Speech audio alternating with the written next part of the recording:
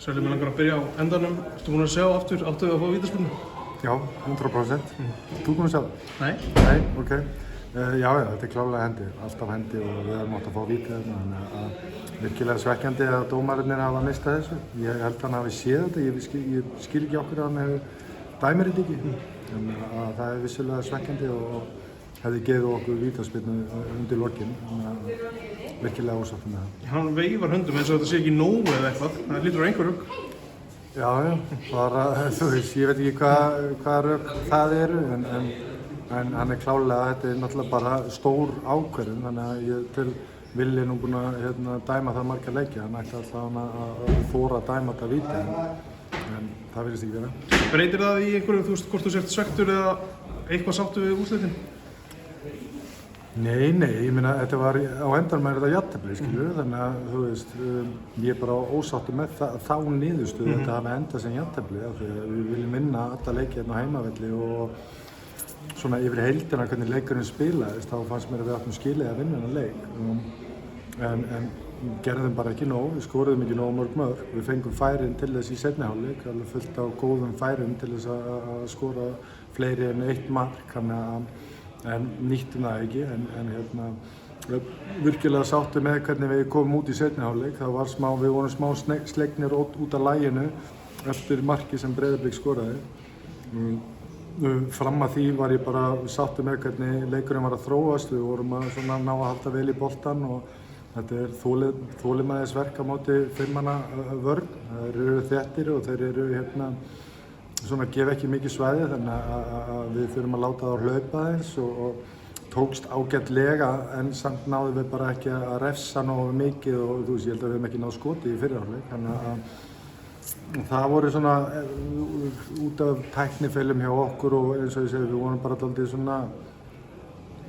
svona slegnir út af laginu með þessu marki, en við hristum af okkur í seinni hálfleiknum, komum mjög flottir inn í seinni hálfleikin og það var bara 1 lið á vellinum í seinni hálfleik, þannig að bara svekkjandi hafa ekki náð að nýta.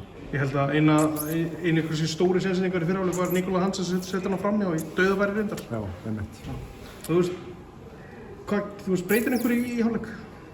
Við gerum svona smá taktíska breytingu, við reyndum að overlóta aðeins meira það sem að valdi, þannig að Níko myndi færa sig aðeins nær og þá gefa Gylfa meira frjálsræði til þess að stíga upp í svæði sem myndi skilja eftir sig.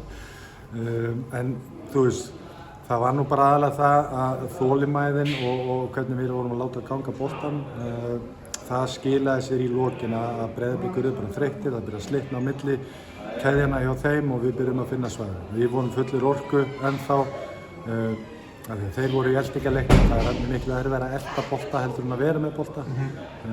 Þú þarft að bregðast við hreyfingum hjá hinnamanna og það bara fer meira orka í það sem að skila sér bara síðan í lokinu og við sáum það bara, við vorum að kaffara Breiðablik í lokinu. Þeir voru basically bara í köðlunum að verja markið og gerðu það alveg vel.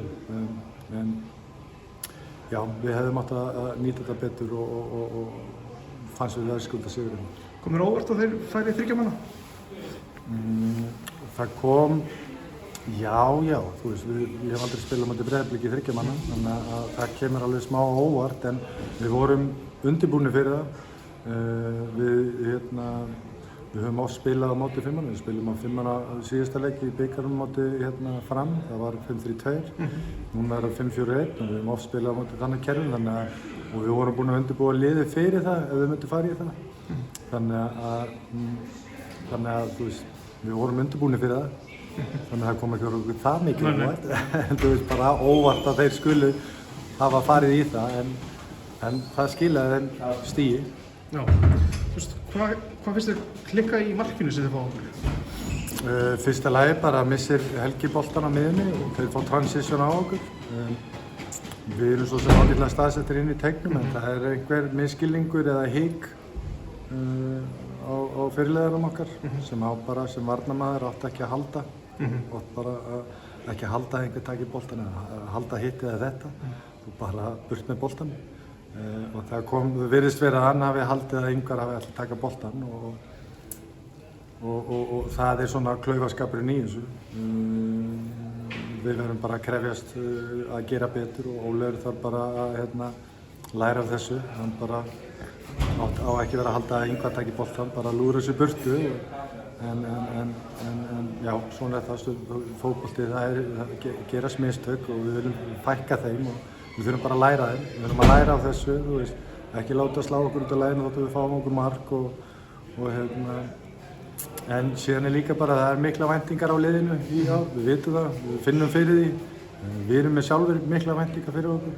Þannig að það er kannski svona smá skjálfti sem við þurftum að hrista á okkur í fyrri hálfleiknum. Og það er alveg eðlilegt og við gerðum það sjálf. Aðdraganda leiksins, hversu erfitt er að skilja menn eins og Jóhannes Kristinn Bjarnason og Róbert Orra utanhóps? Alveg, það er erfitt og þú átt erfitt með svefn. Þú hugsar eiginlega meira það heldur en leikinn sjálfan. Þetta er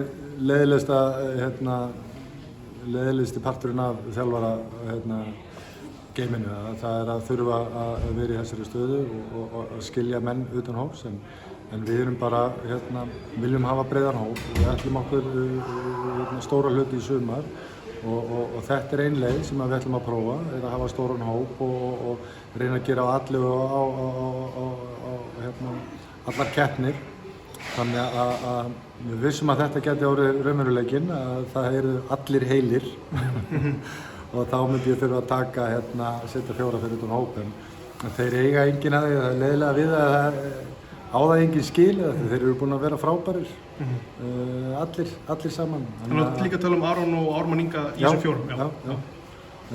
Ég tel ekki Daða þegar hann er ennþá meiddur, þú veist, þetta eru 4 sem hefðu getað verið með, þetta eru 4 leikmenn sem hefðu getað byrjað leikinn. Það er bara svo, þú veist, þetta er svo mikil gæði í öllum leikmannum, öllum hópnum að ég hefði getað byrjað minna á í dag og það hefði verið nógu gott lið til þess að gera saman hluti og þeir gerðu. En ég þarf að taka ákvörðun, það eru reglur sem segja til hvað eru margir með að vera með í hópnum og ég þarf að fylgja þeim því miður. En síðan þarf ég bara, þú veist, að velja leikmenn sem ég tel að hendi þessum sérleik til þess að vinna henni leik og þetta taldi ég bara besta hópinn.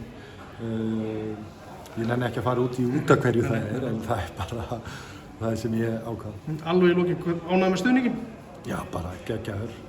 Þetta er bara þeir svo sannarlega hafa haldið sínu áfram eftir að síðasta ár voru magnaðir og þeir voru réttilega valdnir bestu stuðningsmennir á landinu og þeir bara halda því áfram og þetta er svo miklu skemmtilega að spila leiki þegar er svona stuðningur.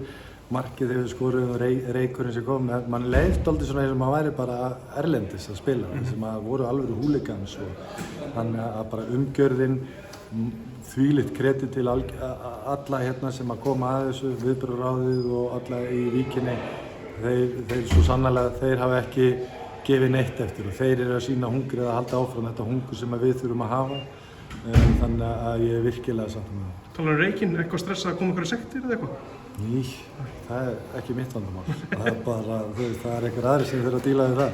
Ég þarf ekki að borga fyrir það, þannig að bara, já, þangað til ég fæ annað að vita, þá er ég bara sáttur með þetta. Þetta var ekki svona blíð. Nei, kannski ekki. Þetta var allt annað. Þetta var löglegur reykur. Áþarf hjá mér að búa til úrvalda á Míklíu.